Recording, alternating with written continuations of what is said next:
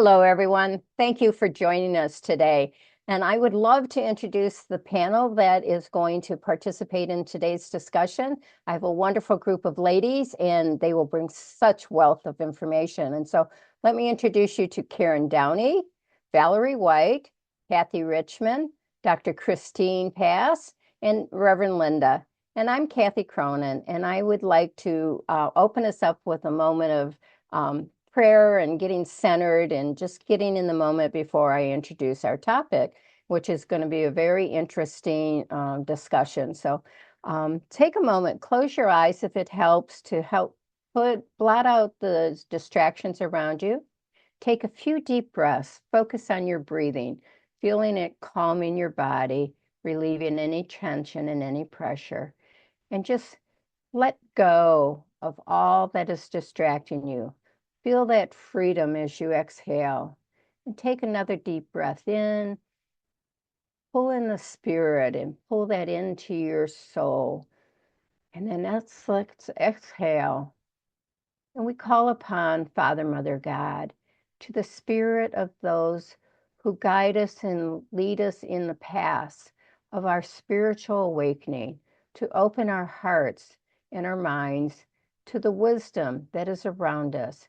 We are grateful for this blessing of this time together, for the sharing of our consciousness, and for the gifts that you have given us in this opportunity to share. Amen. So the topic I am talking about today was written by Cylvia Hayes. She's a Unity minister, and she was the former First Lady of Oregon, so she was the governor's wife. And she's written a book, and so she's got some interesting things. And this is coming from the magazine Spirituality, and I really found this article to be very prevalent for what's happening today, in what is going on and where we're at in our things. And the fact that she had been involved as a first lady, so she writes very much about being socially active. So her introduction in the article is called Where Spirit Meets Social Change. She said, Cylvia Hayes says, I am a deeply spiritual person, an ordained minister even. I'm also a political beast, news junkie, and activist. That might seem incongruous, but I don't believe politics and spirituality are mutually exclusive. In fact, there has never been a more important time for spiritually principled people to act, to shift policies and political processes, and to confront failed leadership. Well, the other highlights I'm going to pull out of it, that was her opening paragraph. She goes, sacred activism represents the marriage of profound spiritual practice with passionate engagement to stop harm being done to people, fellow species, and the natural world. It asks the profound question, what if our deepest spiritual work and our most urgent social action are not separate paths, but one integrated calling? Many spiritual pathways teach that consciousness creates reality. Our collective thoughts, beliefs, and actions shape the world we experience. If this is true, then spiritually dedicated people cannot afford to remain passive observers of injustice. We are co-creators of this world, and our withdrawal from public engagement abandons that creative power to unconscious forces.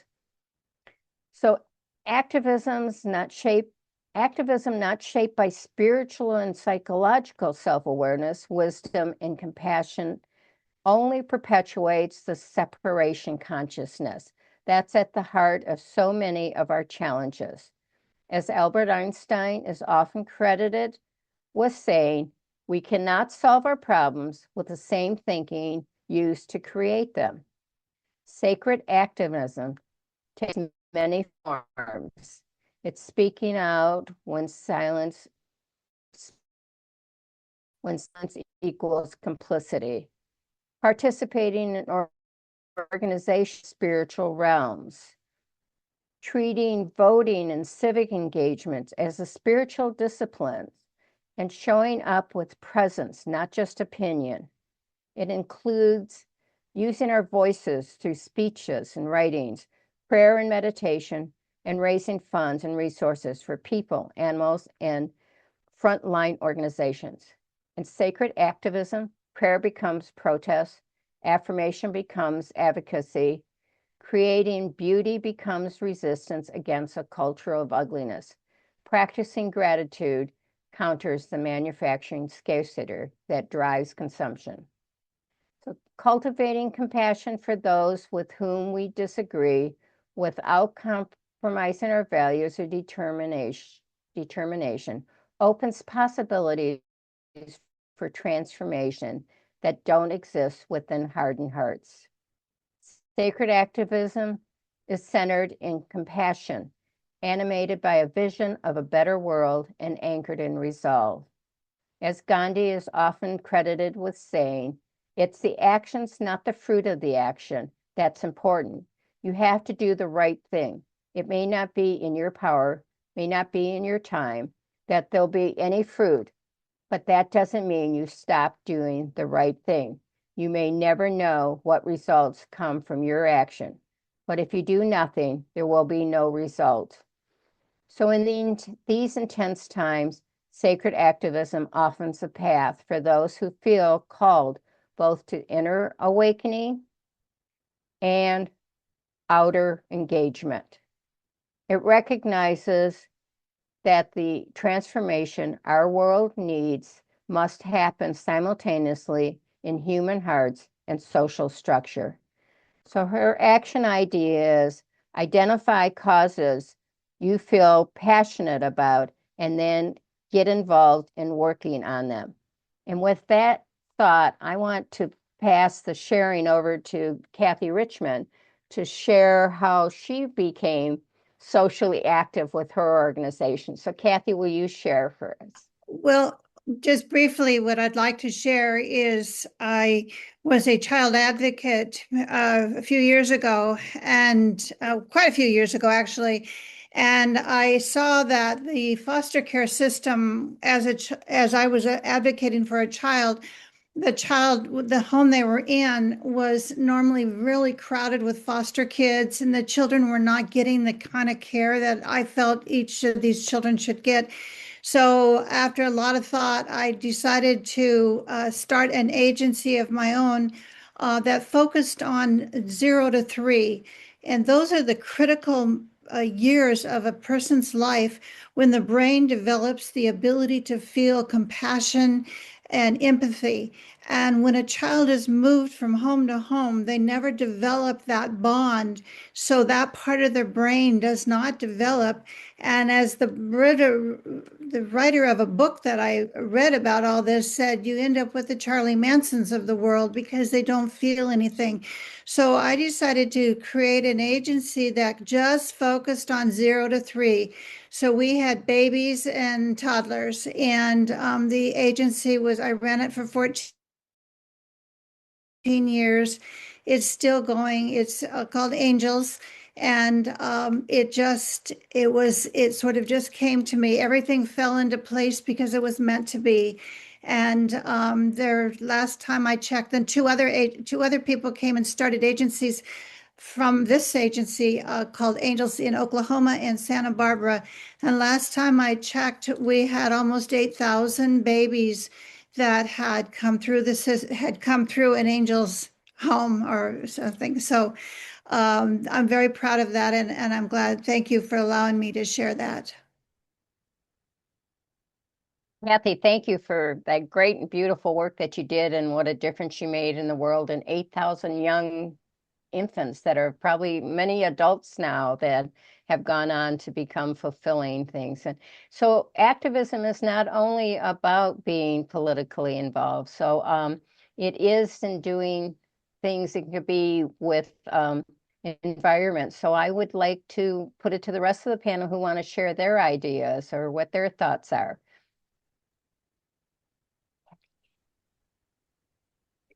Thanks. Kathy, this is such a great topic. I wasn't sure whether or not this would be one that I connected with when you first brought it forward.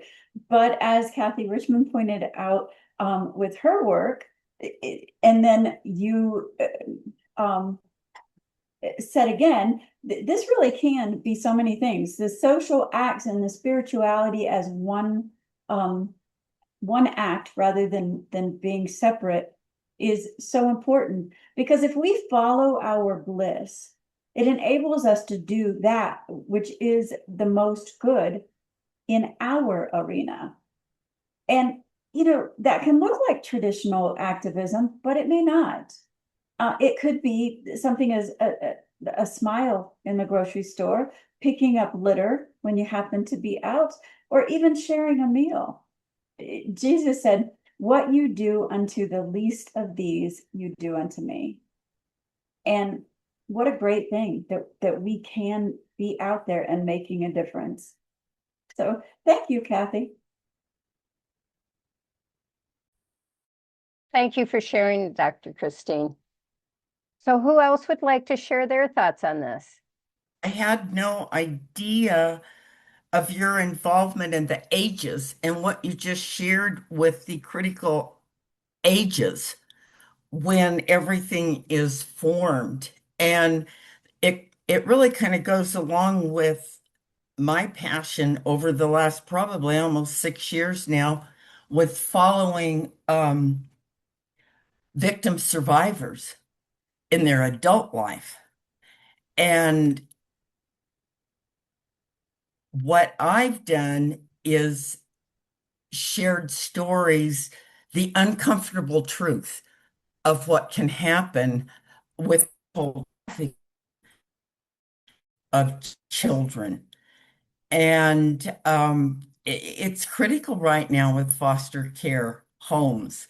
I don't know the solution to that, but it's like I know each time I share from an adult survivor that is now working with others that are survivors, because those critical years, like you said, can lead that adult into being trafficked, being victimized again and again and again.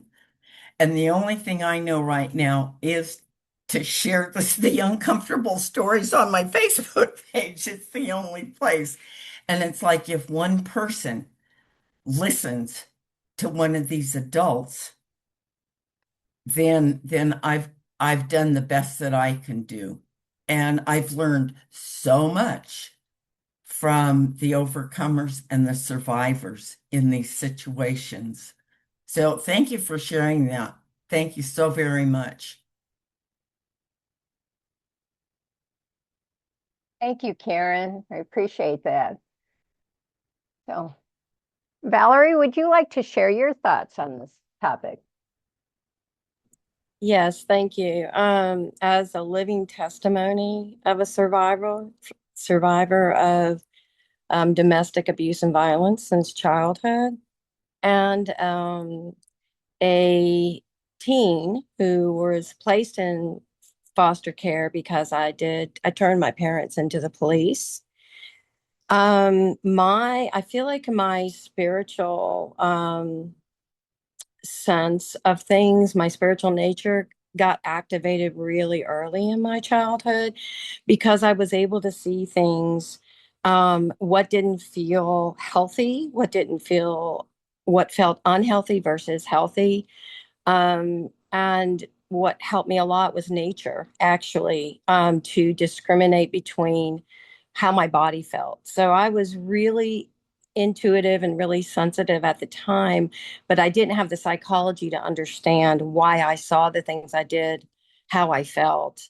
And then moving into adulthood, I later realized that I was an ancestral cycle breaker, healer of my family tree.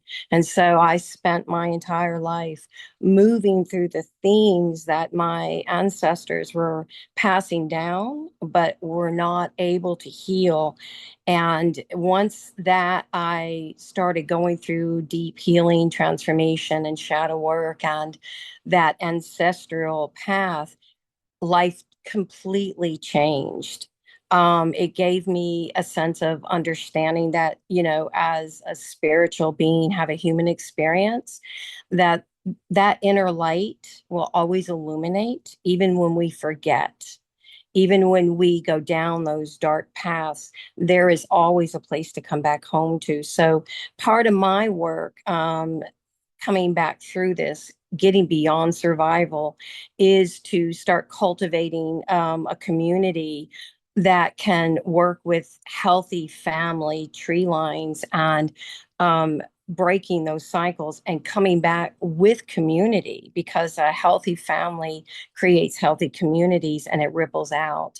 And part of my activism in that is I went through some marches in 2020, after we all witnessed what happened in the middle of COVID outbreak. A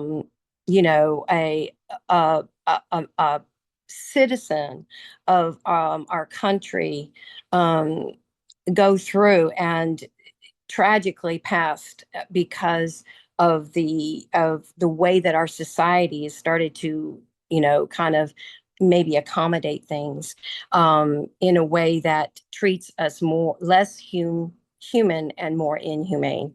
And so my part is to sow the seeds of love, peace, and harmony, be a living testimony that we can heal from generational abuse and violence, and that we can start to come together and meet with what we find in common and what we value and our worth, and allow the divine in us to, ripple out, with hands and feet and hearts. So I just wanted to share that. Thank you, Valerie. That's a wonderful little story. So, Reverend Linda, do you have something to share with us? I was so happy you were sharing an article written by Reverend Cylvia Hayes. I had the honor to go through ministerial school with her, and I serve on a couple of different committees with her from time to time. One of her great passions, her great activism, is saving the planet. And one of the things that she says that is true for all of us is it's important not to fight against something, but for something. You want to represent the change you want to see instead of going to battle with something that's already in place. What we resist gets stronger. What we fight against, we make bigger. But if we go for things and work for change, our voices can be a major factor in creating the world that we all want to live in and we all want to be a part of. So thank you all for your feedback. Great topic. Thank you so much, Kathy.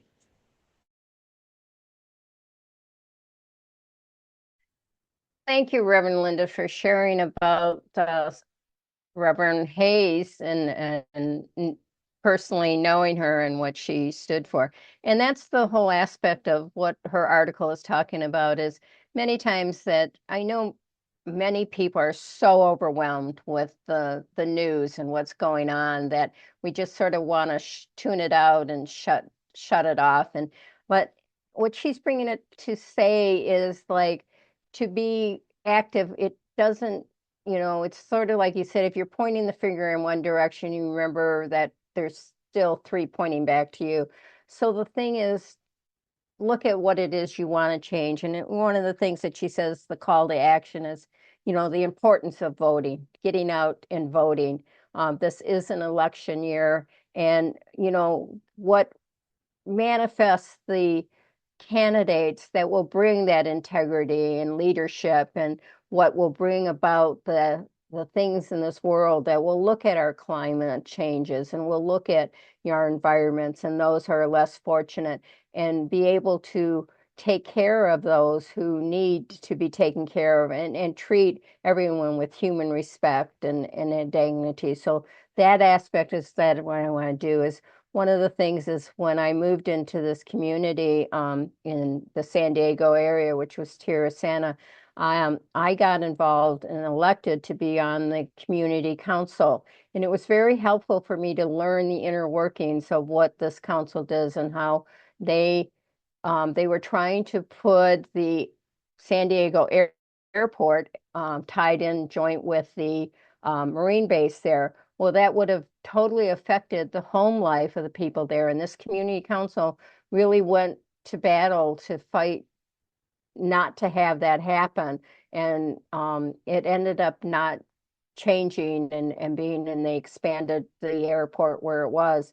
So sometimes you may think you can't, you're just a small, small seed. Think of yourself as that mustard seed. But, if we come together to want to change the things and make it a better world and a better life for everyone, then that consciousness starts to spread. And so this is what I encourage everyone to do is finding that place, taking your spiritual path, your reality, and turning it into a sacred activism for a better world for everyone. So with that, I want to call my panel back and ask them to join me. And I want to thank all for your sharing and ask if anybody else has anything they want to add, any thoughts that have come up with other people sharing. And we appreciate everyone's story and how they're doing. Yes, Yes, Karen. I would like to comment on Valerie's share and thank her so very much for speaking out. And I love the way the divine works because your story connected the dot and confirmed what I've been doing with listening to other victims of 35 years plus that stories got covered up. And I've got the chills from, oh my God, my legs are vibrating because if survivors like yourself don't speak out, then nothing happens. We're part of the problem. And at this point, all I know is to share the stories on my Facebook and somebody will listen. So thank you so very much for your depth, your honesty, and the aliveness of the divine that works through nature, through the things that got you through to where you are. Thank you. Thank you, Karen. And I really appreciate today this panel and Dr. Kristine Pass that I had the wonderful privilege of meeting through Unity in Knoxville, Unity Transformation. I knew that my world was going to open up, Karen. Divine told me, although I did not realize the path. There's more that I'm looking forward to sharing, and also the nonprofits that blessed my life over the last couple of years in astounding ways, which I know that the power that we have within us is greater. So I love all so much for being invited to join this panel, and I look forward to getting to know all of you. So thank you. Well, thank you, Valerie, and thank you for joining us. It's great to have you part of our panel. And I want to thank my panel for your insightful sharing and in your opening of your heart. A lot of people are telling their truths and what has gotten them where they are today. So I thank you for being vulnerable and sharing. And I want to thank those who joined us today. And hopefully that from this topic, you've learned something and it lit a spark for you. It opened something up for you to say that, I can make a difference in the world. And that, you're not just one person, but collectively together, we do make changes to happening. And you could see it right here in our panel that the two people sharing what they had, was reinforce whatever is going through. So I want to thank you. And if you liked what our topic was about, please give us a thumbs up, leave your comments. We will respond. We appreciate hearing the feedback. If you're not a subscriber to this channel, please hit the little bell so that you can get notification whenever we add a new posting. And if you're interested in being a part of our panel, like Valerie has now joined us, at this point, please reach out after this video. There's a little segment on how you can get hold of the church and be able to be connected with us and be invited to join our panel. So I want to say thank you so much. And I'm going to encourage you, please remember, vote. It's so important. That is our privilege and our right here in the United States. So remember, this is an important year to do that. So thank you, everybody. And we appreciate your help. Bye. Thank you for joining us, and let's stay connected and grow in spirit. We are on Facebook. Search for Unity Church of El Cajon and follow us and like our posts. You can reach us on YouTube at Unity Church of El Cajon. Please subscribe to our channel, watch our videos, and leave comments which can help us improve. We are on the web at unityofelcajon.org. Email or call our church office to receive our weekly newsletters, which lists all of our activities and opportunities to learn and grow together.